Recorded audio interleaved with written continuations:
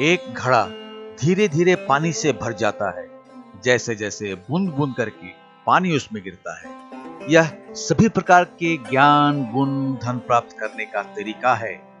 शिक्षा विनय प्रदान करती है और विनय से व्यक्ति को अच्छा पद प्राप्त होता है। अच्छे पद से व्यक्ति धन कमाता है और धन से व्यक्ति धर्म कर्म को अंजाम दे सकता है। ऐसे कर्मों से सुख की प्राप्ति होती है। ईश्वरीय सहायता की बात केवल कायर ही करते हैं। देवीय सहायता को भूल जाओ और आत्मविश्वास से काम करो।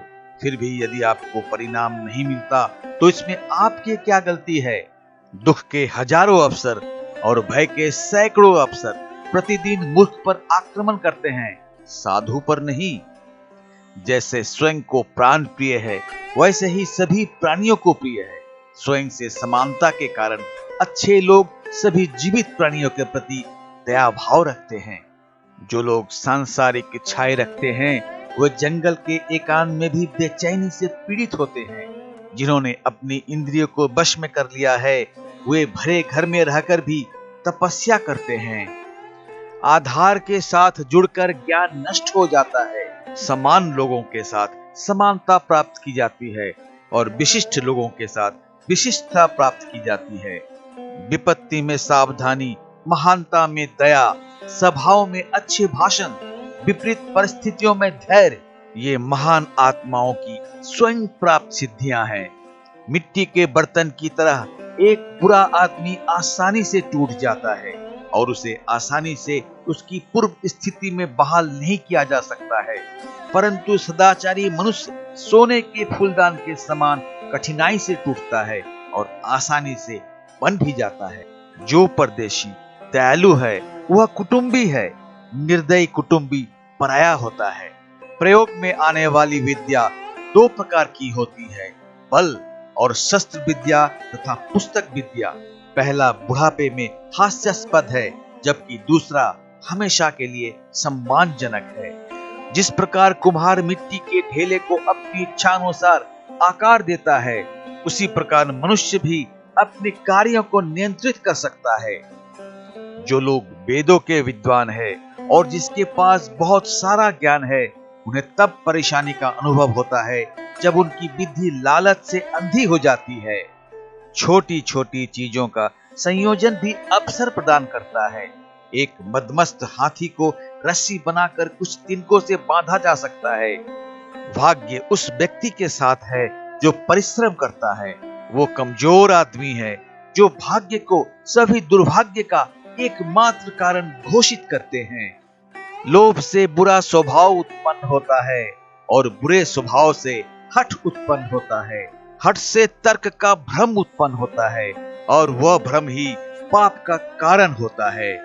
विपत्ति में धैर्य और समृद्धि में संयम, सिनेट में वाक्पटुता और क्षेत्र में साहस, प्रसिद्धि में बड़ा गौरव और अध्ययन में परिश्रम महान दिमागों की प्राकृतिक पूर्णता है। समृद्धि चाहने वाले मनुष्य को निद्रा, तंद्रा, भय, क्रोध, आलस्य और स्थगित करने वाली इन 6 बुराइयों को त्याग देना चाहिए। एक चट्टान को बड़ी कठिनाई से खींचकर पहाड़ की चोटी पर लाया जाता है, लेकिन इसे आसानी से नीचे धकेल दिया जाता है। इसी प्रकार कोई व्यक्ति अच्छे गुणों के साथ उठता है, लेकिन एक ही दुष्कर्म के कारण आसानी से गिर जाता है। बुद्धिमान लोग अपना समय काव्य ग्रंथ पढ़कर तथा हास्य विनोद में व्यतीत करते हैं। दूसरी ओर मूर्ख लोग बुरी आदतों, नींद, झगड़ों में समय बर्बाद करते हैं। मन भावन वचनों से किया गया दान, अभिमान रहित ज्ञान, क्षमा से युक्त वीरता, त्याग से युक्त धन, ये 4 उत्तम गुण बहुत कम पाए जाते हैं।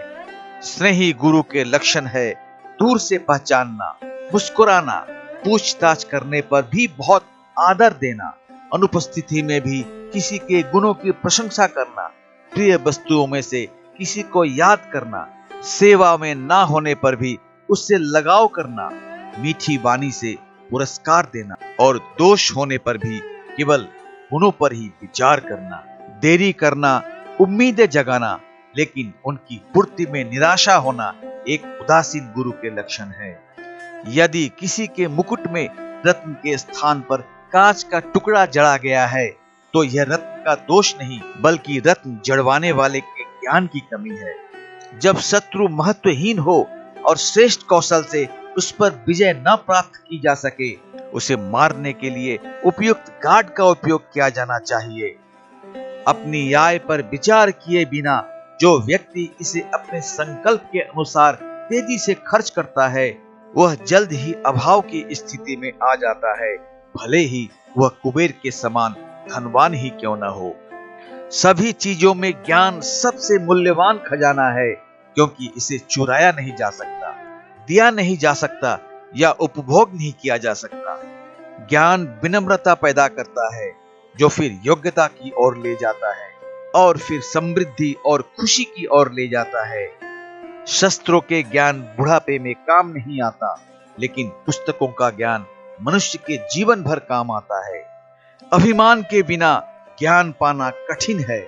जैसे एक विनम्र धारा शक्तिशाली सागर में मिलती है, ज्ञान मनुष्य को शक्तिशाली और धनवान व्यक्तियों से परिचित कराता है।